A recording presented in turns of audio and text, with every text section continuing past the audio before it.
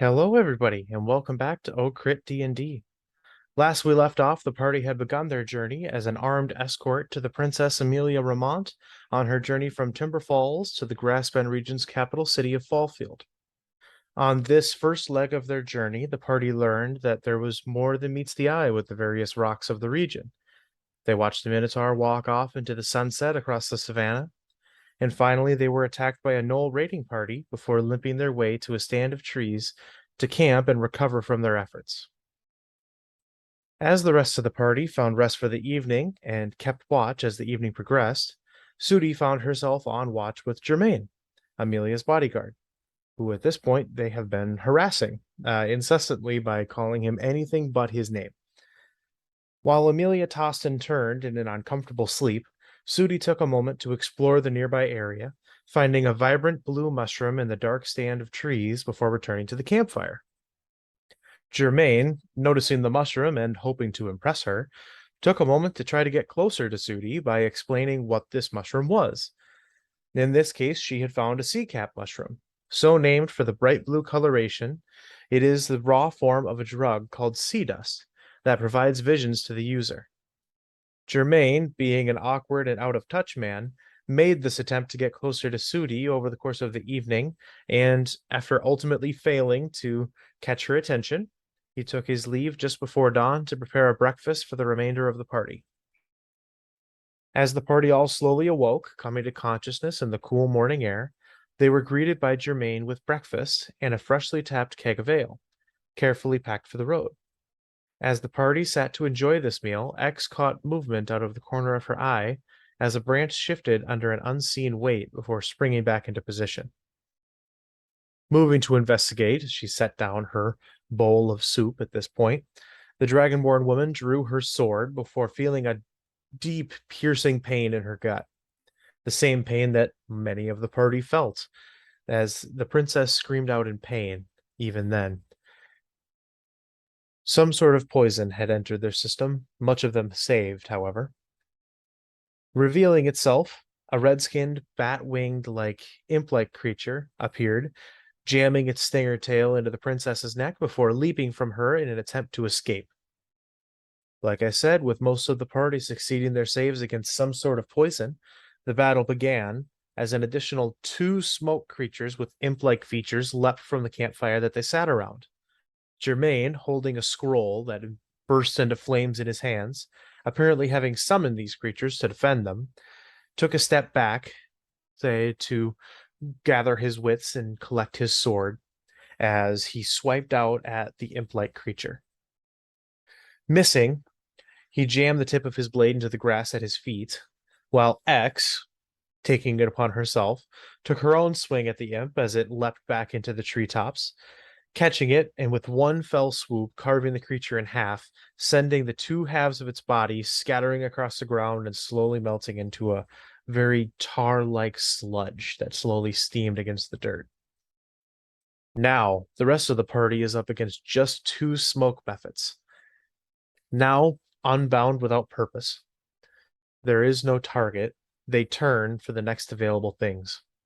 Attacking the party, attacking the Sudi and the princess, as the princess makes a quick escape past her bodyguard and back a few feet. The rest of the party took swings and swipes at these smoke mephits in an attempt to kill them before they could do any more damage. Sudi, taking quite a bit of damage from these creatures, was struggling, bleeding profusely, and Germaine, in concern, rushed forward, grabbing her and dragging her from the fray, pulling her back towards where the princess had been standing, sword extended towards these 2 creatures. This was all a ruse, as in one swift motion he took his long sword, stabbed it into the princess's side as she screamed, before pulling it out and holding it to Sudi's throat, taking her hostage. Handily destroying the mephits and overwhelming Germaine, the party took him captive, with no other exact consequence to his hostage scenario. They tied him to the wagon wheel and slapped him back into consciousness after searching his body for information. They did, in fact, in this search, find a paper with many scribblings on it, pointing to the influence of the Doke kingdom that had a faint magical aura from the enchantment school of magic. As Germaine came to, tied to the cart, Amelia made one request of the party, to let him at least live to stand trial. With further interrogation, it appeared that Germaine had no recollection of the journey thus far, remembering only the evening before they had all even first hit the road. The last thing he remembered was a shadowy figure meeting him in a bar. Feeling excessive guilt for his role in the attack on the princess, he became sort of a flight risk. They determined to allow him to travel the remainder of the way under heavy watch. At the same time, then, the rest of the party took a slow day, enjoying themselves and recovering from this battle. This is where I would recommend anybody that has any triggers. This is your trigger warning for things that slowly go downhill from here. So you have been warned. Over the course of the day and into the evening, the group was careful to watch Germaine, should he have been lying to them, but also because his guilt weighed so heavily on him. This man, whose entire life's purpose, the reason for his training and career, had been undermined so easily, was not in a good headspace. Worried about what he might do, the party kept a careful watch over the course of the evening. Towards the end of this rest, nearing dawn, with X and Sudi keeping watch over Germaine, who had not slept, instead sitting by the fire, brooding and eyeing his confiscated sword with a worrying look.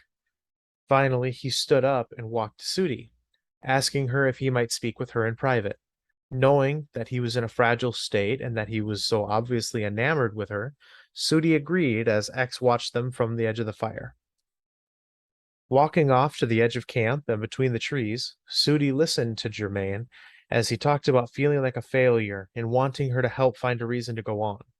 How can he repent and prove himself again? Sudi, being a follower of the Crimson Tactician, is a holy woman, at least in many people's eyes. Though the Crimson Tactician is a mischievous and cruel goddess, Sudi chose not to console the man. She instead encouraged him to fulfill his duty, outlining that if he is the loyal guard of the princess, he would eliminate all threats to her, and that even now he is a threat to her.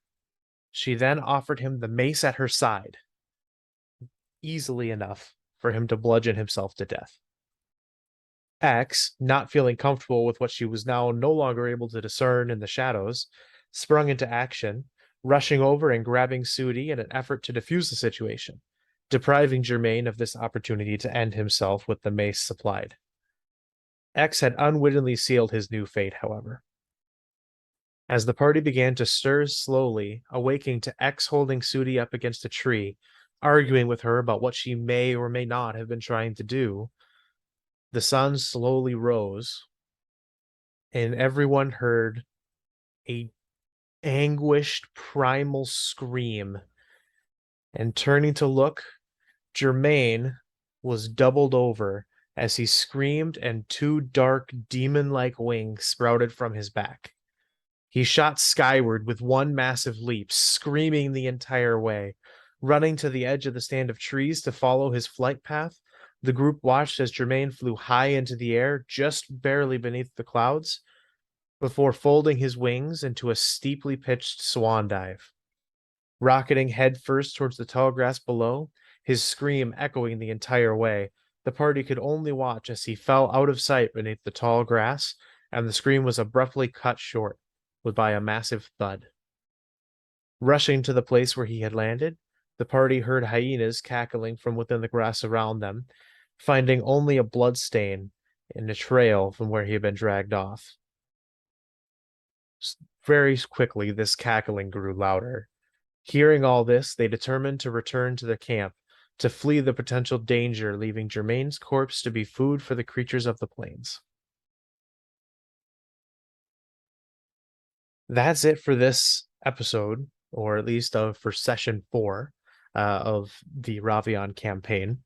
Took a little bit of a darker turn towards the end, but we'll see kind of how the rest of this story plays out as we learn just exactly who or what Germaine may or may not have been. So, thank you all for tuning into this episode of our Ravian campaign. Stay tuned for more episodes, and remember, it just doesn't take that much to make a difference.